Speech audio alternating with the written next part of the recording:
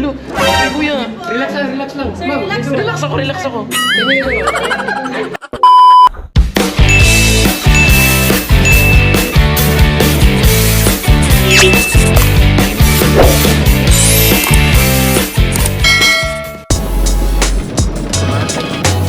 Maambon guys, eto na siguro yun yung van na yan.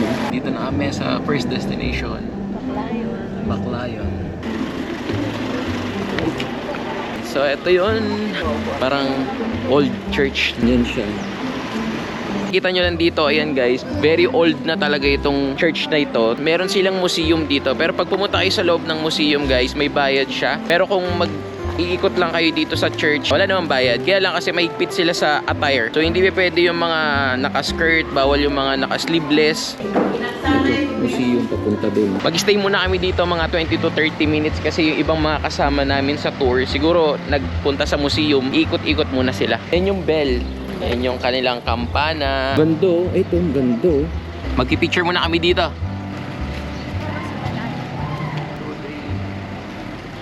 Ayan, Baclayon, Immaculada Concepcion Church. 1595. Magkano to kuya? 100? Oh, family.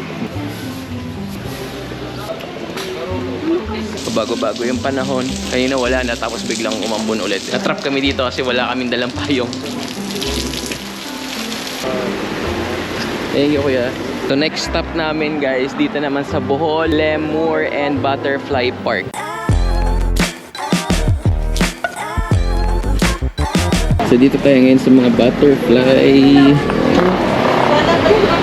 So nandyan lang sila, ayan, mga palipad-lipad lang sila dito. Ay. Yari po kayo. Ayan, o diba? Ito malaki oh. Ganda ng mga kulay oh. Ang dami niyang makikitang iba't ibang kulay ng mga butterfly at iba't ibang klase. Dito, ano meron dito? Reptiles and Reptile. Ay, oh my god, merong crocodile. Laki. Dito. Dito ako. Pagod ka na? Gutom ka? Ganda, parang flame yung kulay nyo. Red, tapos yellow. Uy, may ahas! Busog yan natin. Busog yan? Last year pa po nagkakain. Last year, ngayon pala yung susunod na kakainin. So ito, first time ko na makakahawak ng ganito. Sa relax lang po kayo. Manood. Relax lang po kayo. Okay, sige, sige. Relax din po yung naghahawak. Ang bigat! Uy! May parang si ano. Bigat! Ulo! Ay, kuya! Relax lang, relax lang. Ma'am, Relax ako, relax ako. So, relax ako. parang hindi. Parang hindi. Parang hindi naman ano. O, ikaw dito sa ulo. Hindi na yung cellphone mo. So pagtapos namin doon sa may butterfly, tumawid lang kami dito. Tapos ito naman yung blood compact na tinatawag. So ito yun oh. So, change outfit tayo kasi pinagpawisan na ako doon kanina. Fourth destination natin, dito tayo ngayon sa Lubok River Cruise. Ito yung floating restaurant dito sa Bohol. So matatry natin siya ngayon. Kuya, ano yan? Itutur yan? Ay, ikot ba? Cruise kayo sa river like 1 hour. Pero ano yan? Diretso sa Pasig River? Parang may naamoy ako hindi maganda. Yes. Hindi. Yes daw ah. So pagka nag-tour kayo dito guys, iba pa yung bayad kapag magpa-floating ano kayo. Depende sa inyo kung gusto nyo.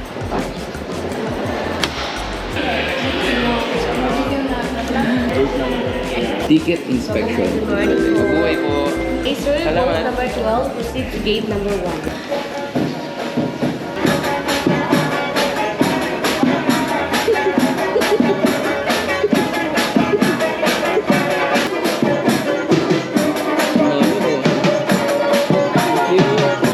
So ayan na yun guys oh.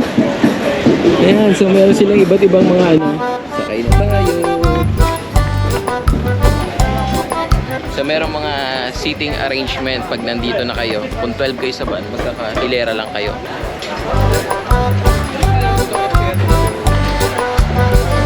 Kuha tayong kaldereta.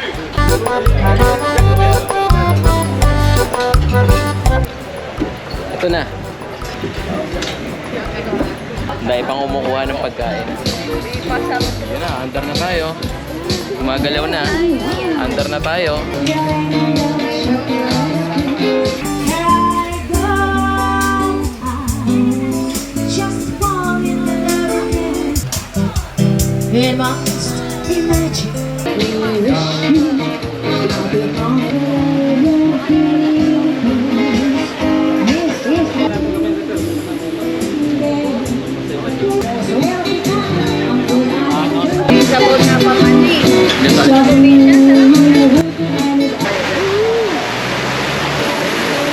meron magpe-perform sa kabilang bangka.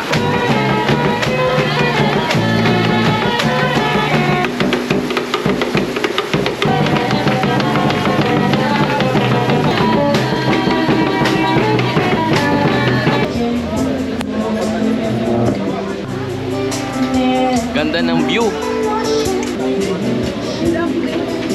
Ganda. Kahit umuulan, ganda niyang tignan. Nakaka-relax. Galing niya ate, mapapainda ka talaga.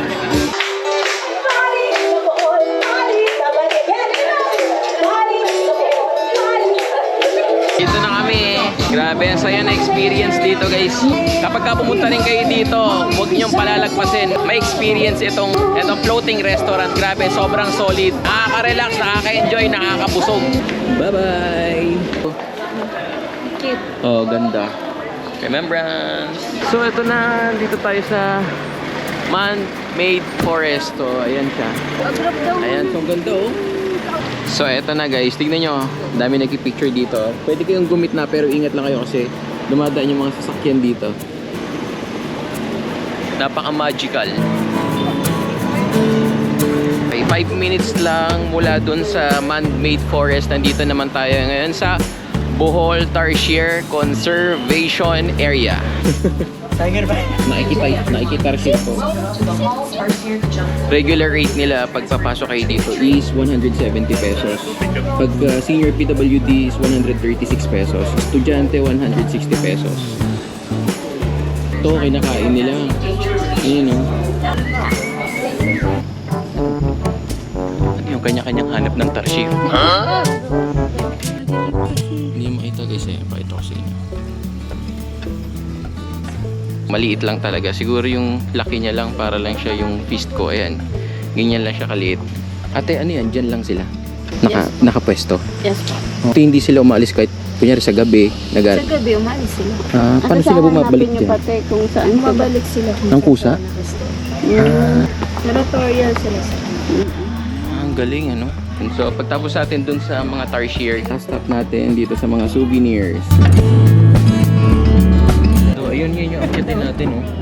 Dito na tayo sa last stop natin sa Chocolate Hills. Yeah. So grabe guys, sobrang taas nung aakyatin nyo kapag gusto nyo pumunta doon sa pinakatuktok. Tapos kahit dito lang kayo guys sa baba, makikita nyo napakadaming mga bundok-bundok dyan. Ayan. Dami. Isa din ito sa sikat din na view dito. Ayan, may nakalagay Chocolate Hills. Pwede rin kayo ditong mag-picture. So eto na, akyatin na namin to. Ang ganda na oh, dati wala to. Yan na, akyat tayo. Yan. Ito yung tinatawag na Stairway to Heaven. Taas. Nangangalahati pala tayo hinihingal. Inatake na ng rayuma. Oh. Konti na lang. Maliliit lang naman yung mga steps ayun, no? Pero syempre, dahil nga paakyat to, nakakahingal. Pagpababa po, zipline na lang daw. Diyos ko, andali, buti na lang meron dito. Alam ko na bakit nila nilagyan ng ganito. Oh, may pahingahan. Tara na, lakad na tayo ulit. Kaya na to. Yan na guys, konti na lang oh. Ito na. Ito na siya. So ito yung makikita nyo dito sa pinakataas. Ayan o. Nakita nyo guys yung Chocolate Hills. Grabe. Solid. Dito tayo. Meron pa dito pababa. Uy! May titinda ng binatog.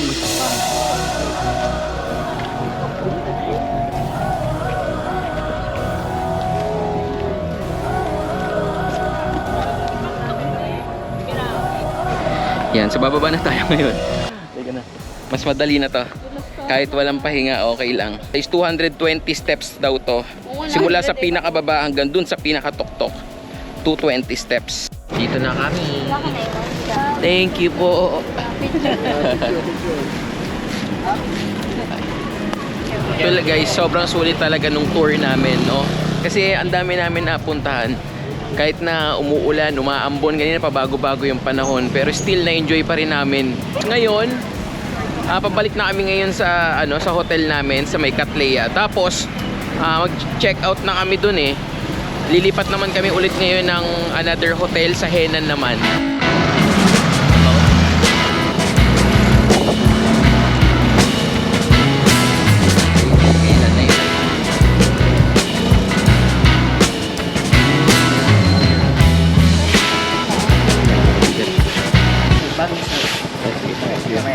Ito.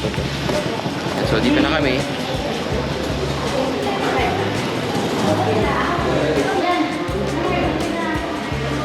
Thank you for waiting. Welcome to Hanang Premier Ghost. The resort is positioned like this. Toward the reception area. If you have questions, call number 0. Breakfast, La Costa, lower ground floor. It's a buffet breakfast. Sinabi natin pumunta kasi yun. Naalala mo yun.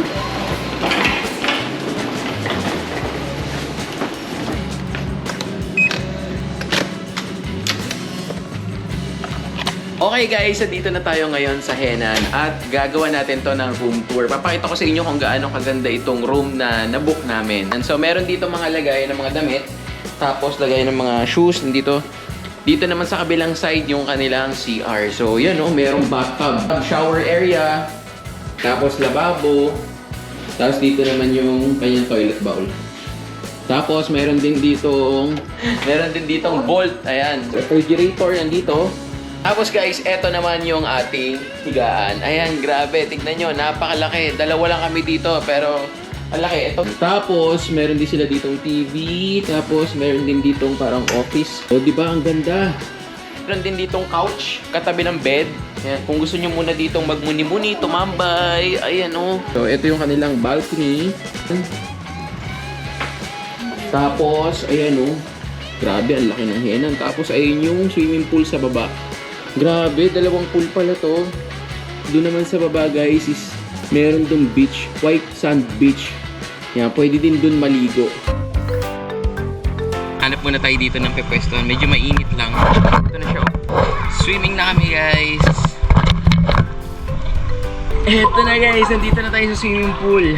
Ang lamig ng tubig. Kahit mainit yung panahon, malamig yung tubig.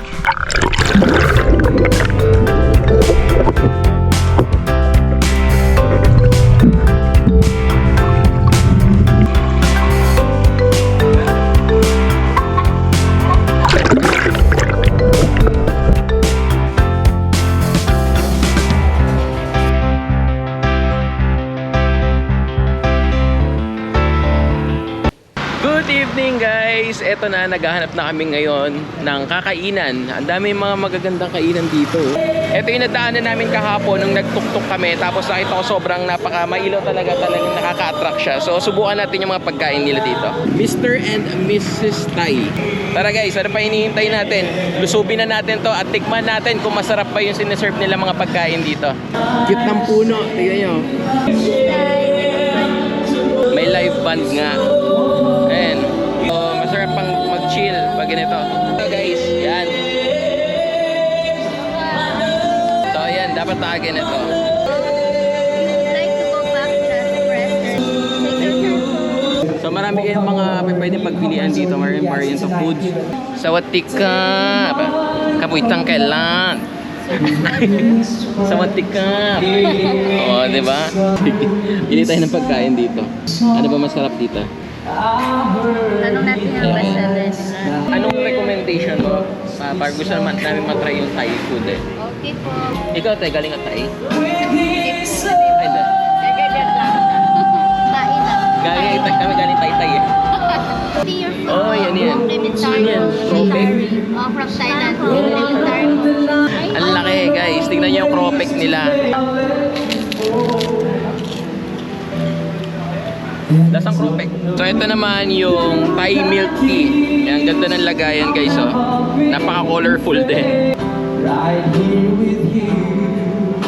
Ay, masarap nga. Masarap. Ito guys yung ating Pad Thai. So ito yung sikat sa Thailand na Pad Thai. Pero meron shrimp, merong sprout, okay. Yan. Tapos merong mga ano dito, condiments.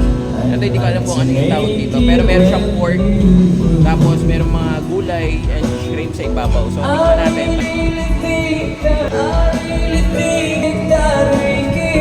So titikman na natin ngayon tong mango sticky rice. Mango. Parang akong kumain ng suman na may mangga. Pero yung suman, malalasahan mo yung coconut dito sa sticky rice nila. Ang laki naman ng Pad Thai. So tikman natin. parang regard sa...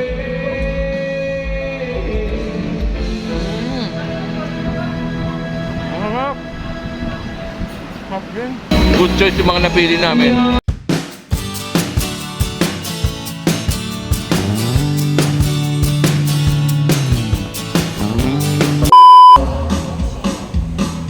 Ako'y nasa Malate, alas 7 ng gabi.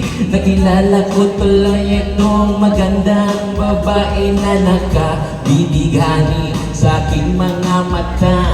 Hindi ko lang alam, may manluloko lang pala. Bumanat sa akin ng bili mo ko niyan, bili mo ko noon. Nagtuturo na siya, hindi pa kami on upang mahalata. Siya ay nagpayabang, nagmemenesyetwa daw siya sa alabang.